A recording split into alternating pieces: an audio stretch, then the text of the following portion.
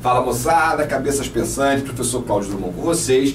E hoje a gente vai falar de literatura e vai falar sobre essas três correntes, na verdade até quatro, porque eu vou falar um pouquinho também de bossa nova, que é o concretismo, o neoconcretismo, o tropicalismo e a bossa nova. Não coloquei aqui porque a gente vai fazer a construção junto ali, mas também a gente vai falar um pouquinho de bossa nova. Você fala, pô Cláudio, bossa nova, mas aula de literatura? Sim. Tropicalismo? Sim.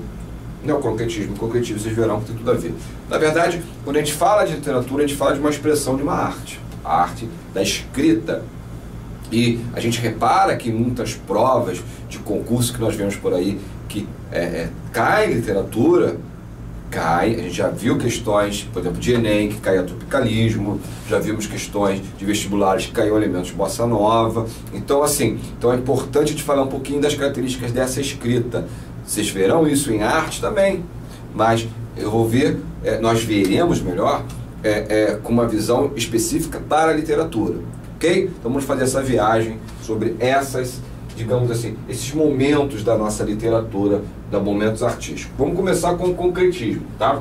Foi a mais importante corrente de vanguarda, movimentos de caráter agressivo e experimental que rompiam os padrões da arte tradicional. A gente vai lembrar da vanguarda, umas vanguardas europeias que nós recebemos, o cubismo, o surrealismo, o expressionismo, e aqui a gente tem o concretismo sendo a mais utilizada dentro da nossa literatura.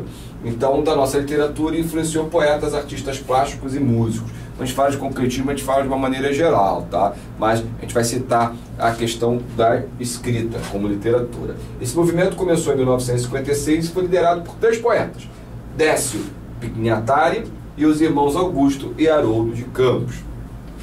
Duas revistas ajudaram a divulgar as ideias concretistas: Nós Grandes, criada pelos poetas citados acima, e a revista Inovação. Lembrando sempre, esses movimentos eles surgem muito através de divulgação em revistas, né? Como foi assim da primeira geração. Os poetas concretos pregavam o fim da poesia intimista e o desaparecimento do eu lírico. A gente vê muito em poesia, né? O eu lírico, o que o eu lírico quis dizer, etc. Então eles querem romper com esse eu lírico. Por quê? Como assim? Acreditavam que a poesia é fruto de um trabalho mental e de esforço que implica em refazer o texto várias vezes. Perdão, até que ele atinja a sua forma mais adequada e não fruto de sentimentos e emoções. Porque o que é o eu lírico? O que o eu lírico traz? Esse sentimento, essas emoções. Então eles dizem que a poesia não tem que ser construída dessa forma, e sim através do esforço, repetir, sem sentimentos e sim pelo trabalho.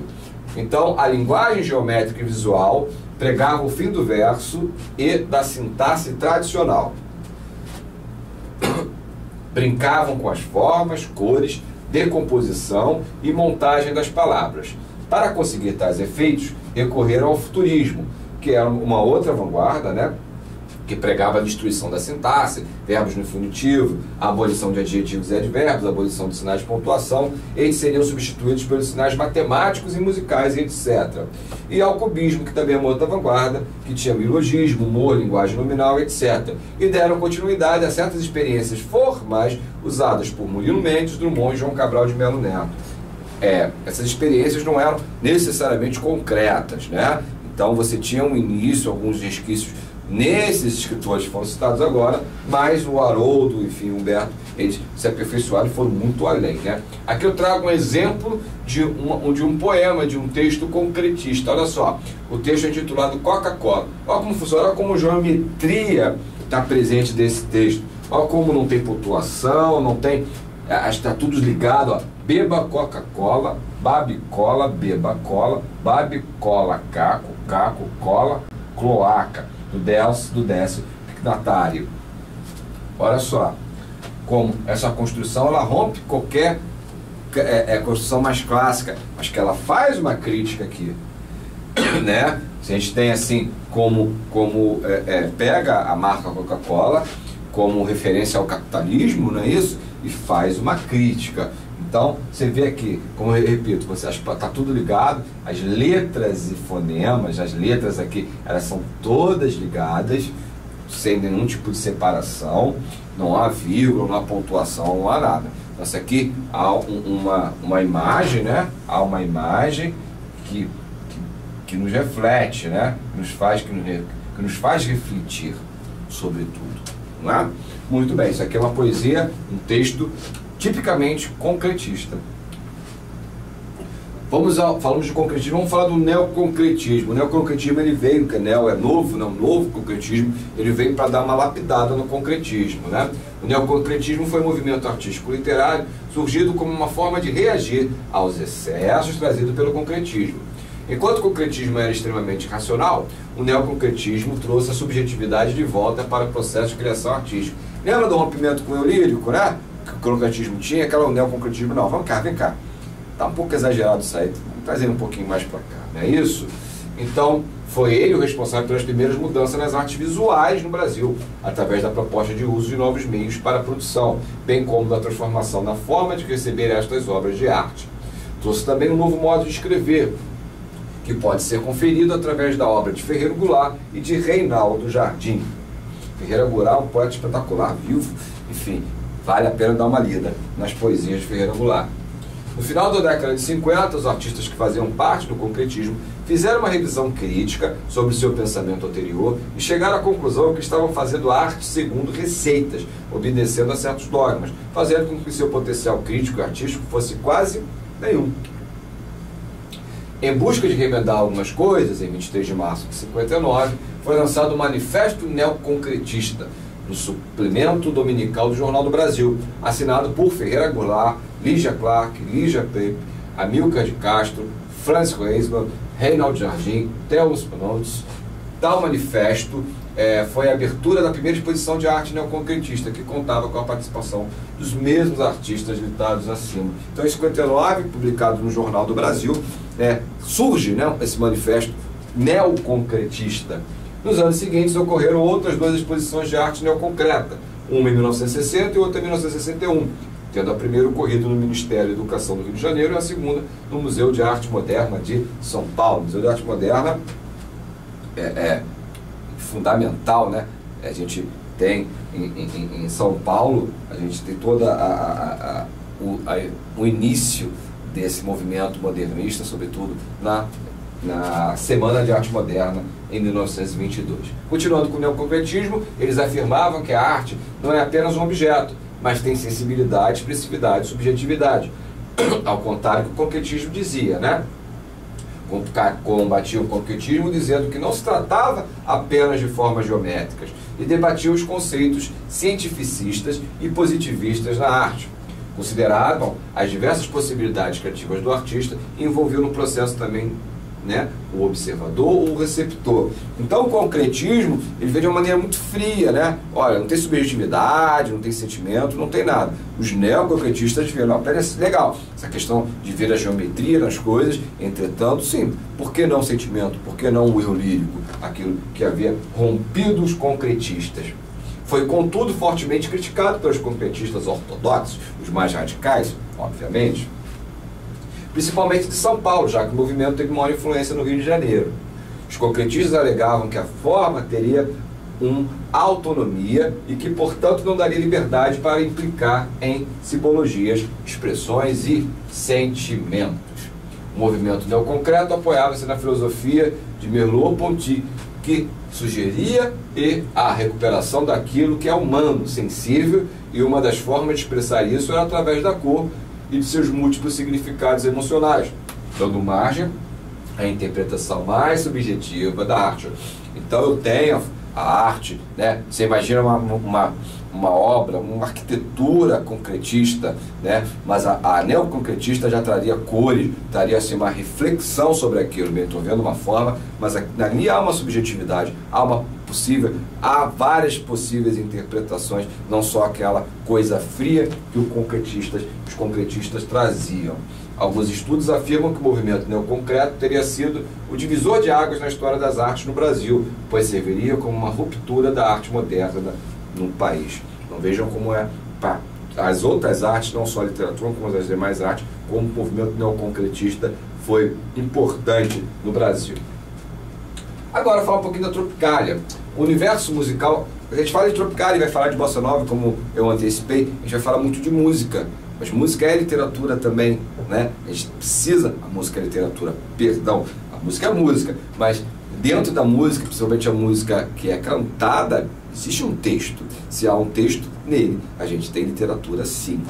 Então, na Tropicália, o universo musical brasileiro estava saindo dos embalos da bossa nova, quando mergulhou no movimento cultural contestador e vanguardista, né? A vanguarda que vem antes, que é a MTV, em plena década de 60, que é a Tropicália ou tropicalismo. Então, você sai da bossa, por isso eu vou falar de bossa nova, a partir do momento então, que a gente vai falar de tropicalismo, e aí eu preciso depois falar um pouquinho de bossa nova.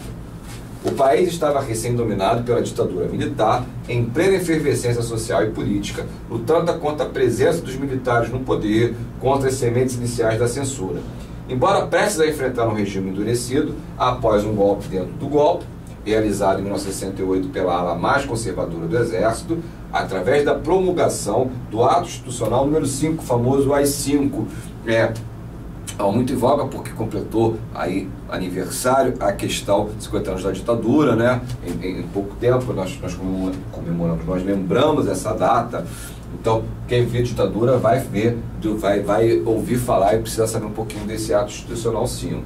A geração dos centros populares de cultura, da arena, dos movimentos estudantis, continuava a pleno vapor em exercício de uma energia criativa que parecia inesgotável. É nesse contexto que nasce o movimento tropicalista, sob a inspiração da esfera pop local e da estrangeira, principalmente do pop rock e do concretismo. Olha só a influência do concretismo no tropicalismo. A Tropicália era o espelho do sincretismo brasileiro, pois mesclava em um único caldeirão as mais diversas tendências, como a cultura popular brasileira e as inovações extremas na estética. Ela pretendia subverter as convenções, transgredir as regras vigentes, tanto nos aspectos sociopolíticos, quanto nas dimensões de cultura e de comportamento. Integraram diligentemente esta corrente cultural o cantor e compositor baiano Caetano Veloso, Torquato Neto, também poeta, Gilberto Gil, Os Mutantes, Tom Zé, o maestro e arranjador Rogério Duprá, as cantoras Gal Costa e Nara Leão, no campo musical Hélio Oiticica e outros criadores nas artes plásticas, como Galber Rocha e seu cinema novo na esfera audiovisual, e figuras como José Celso Martinez Correia no teatro. Bem, eu acredito que pelo menos 3, 4 nomes você já tenha escutado, que fizeram parte desse movimento do tropicalismo, talvez você não sabia disso, correto? Vamos lá. Tropicália não era exatamente uma nova modalidade musical, mas principalmente uma renovada forma de agir e de participar do cenário cultural nacional, com ares críticos e transformadores. Não era contra a bossa nova que esta corrente, pretendia se insurgir, mas sim contra a paisagem morna, entediante, de certa forma reacionária, que se instaurara nos meios musicais dominados pela MPB.